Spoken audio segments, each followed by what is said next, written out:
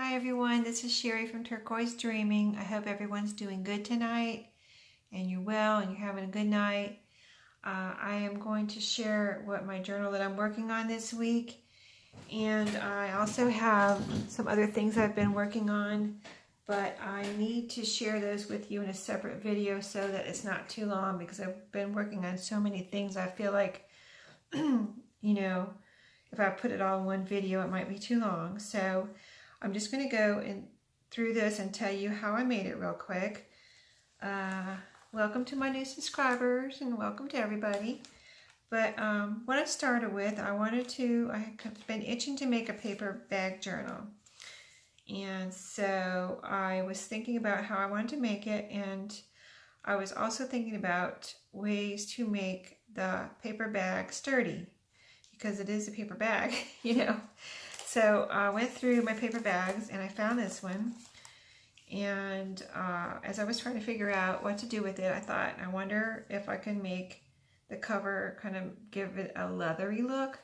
So I took the paper bag and I wadded it up, so that's why you see the wrinkles here. I wadded it up and then unwadded it and flattened it out. So this is what I started with, was a wrinkled paper bag. And then I was trying to figure out ways to make it sturdy. I did coffee dye some file folders because I thought maybe this could be the inside, and it could be. I just didn't end up going this way. So what I ended up doing was I took the wrinkled paper bag and put over it let me just take this off here and show you the cover. I put a piece of napkin over it, and I Mod Podged it on, and you can kind of see the wrinkled look through the paper bag, which I think looks really cool. And I used a matte finish Mod Podge, because I didn't want it shiny or anything, so I used a matte finish Mod Podge over the single layer of napkin over the paper bag. And then before I sewed on any of this, I sorted out what I was going to use on the inside and decided on this cardstock instead of the file folder, because I went through a lot of my cardstock and decided this went so perfect with the napkin here. The colors just went really well together. So I decided to use this, and so I just got all my layers together, sewed around. I've got zigzag on the top and straight on the side. I put this pocket in here. It's a side pocket, and then I decided I needed, some trims. Put this in as a pocket here. You can tuck in behind here, that's inside the front cover. So I ended up, first of all, I put the trims out here.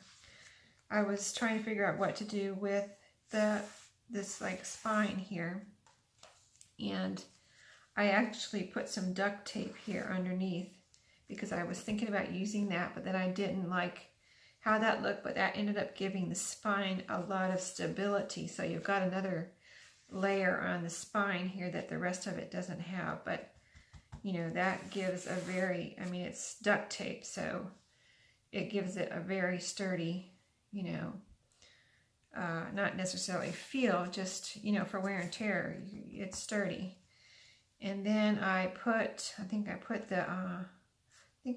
sewed it together first, so I must have put these trims on next because I wanted to sew it all together at one time. So you can see the stitches are over top of the lace here, but on this side I glued the lace on after because I'll tell you why I had to do that in a second, but I glued the lace over the stitching on this side. This is sewn on when I did sewed everything together. This was part of that because you can see the stitching over this here. And then I did sew down the side here. And then this part I glued on under here. And then this is stitched around and put on here. So I've got music paper under here. And I went through so many journaling cards to find this one. And when I found this one and I put it on here, it was just looked so perfect with these colors.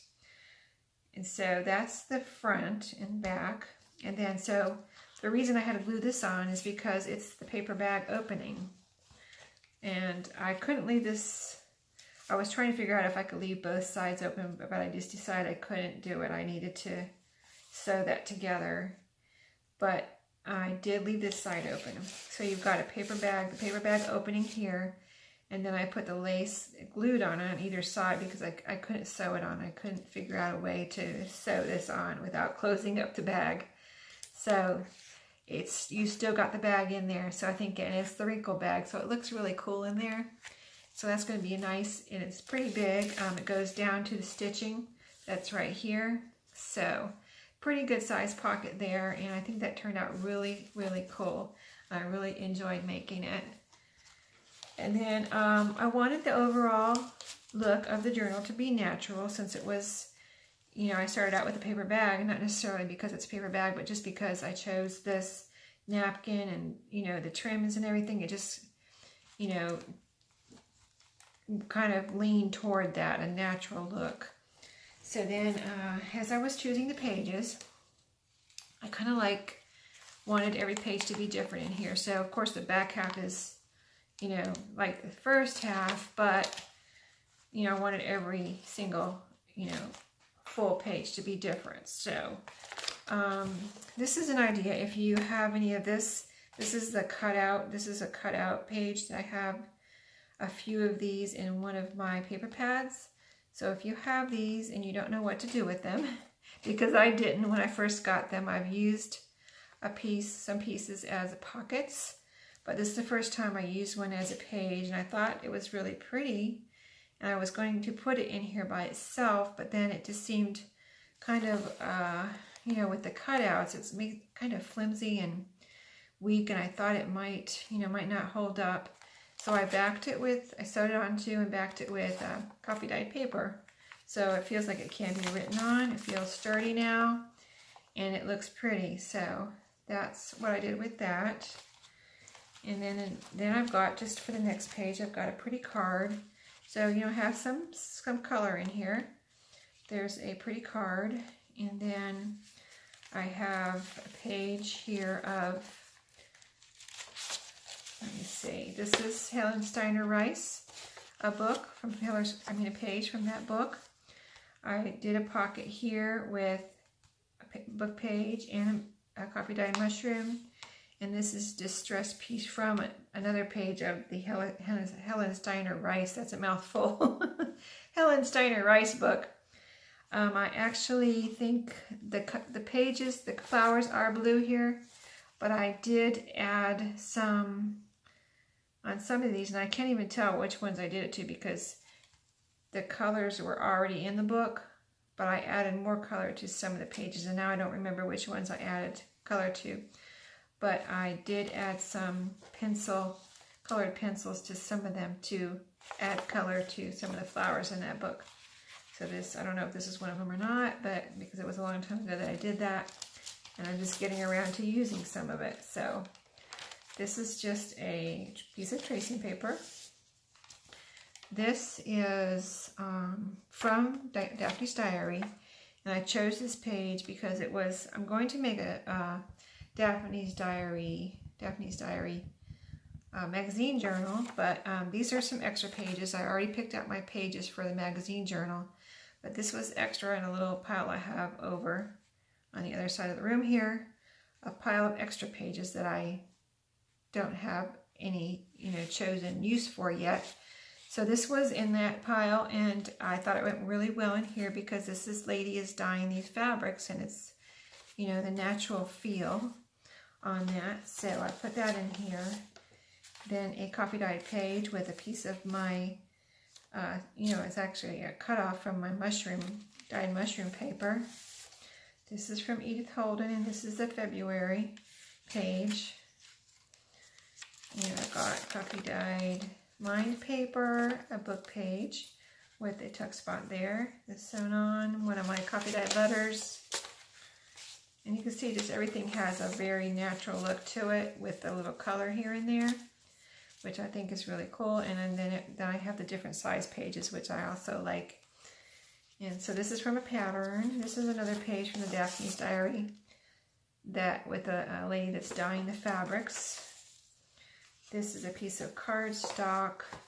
Okay, let me show you this page because this is the one I showed you last night with the prongs. So what I ended up doing was on this side, it's the other side of the prongs, so I put a piece of cardstock here, which I thought looked pretty here, and I actually scored it on, if you have a scoreboard, or if you have an envelope board that has a little score line on it too, if you don't have a whole big score board, you can use that little score line on the envelope board and make your score mark here. And I just did that so it would be easier to bend up. And then this is the other side. You know, it's the double prong. So the other side of the prong on this side, I put a little paper pad here. Just put some trim on it and punch holes and put some scrap copy dyed paper here. So I thought that came out really cute. And then on the bottom, I thought that this burlap trim that I had just went so well with the brown print on here that, you know, it's like almost the same color. So I put that burlap here as a pocket. So I thought that came out really cute. I love those prongs. So I'll be using those more often now that I have them. This is a coffee dyed doily with some tuck spots. So by the time I fold it in, these will be tuck spots here by the time I sew it in. And then this is a little coffee dyed mushroom I put down there on this lined paper, which is also coffee dyed. And then a piece of flower, 2 pages from my flower book, which I had to sew together because they're, you know, came out as separate pages in that book. So I just sewed them together. And then a piece of coffee dye cut off page, a map page. This is the envelope from that card I showed you in the beginning of the book. This is a piece of coffee dye paper, which, you know, has the foldovers, but this is another strip of the mushroom cut off, which I think looks really pretty right there. This is from a bird book that I have. So I thought that went well. The naturalness of the birds.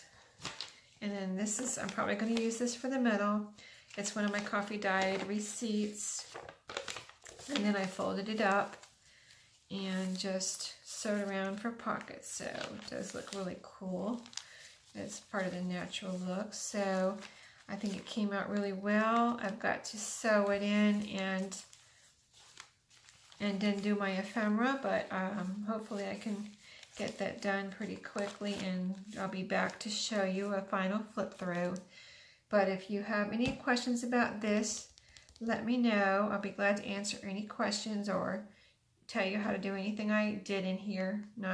Nothing's complicated, so I feel like, you know, anyway, I'll be glad to explain anything you have questions about. And then I have a separate video on all the stuff I've been working on this week. I mean, I haven't done it yet, but I will, because I just didn't want this one to be too long with me explaining the cover and everything on here. So appreciate you watching tonight and putting up with me. Thanks for being out there and watching. And have a good night, everybody. See you next time. Bye-bye.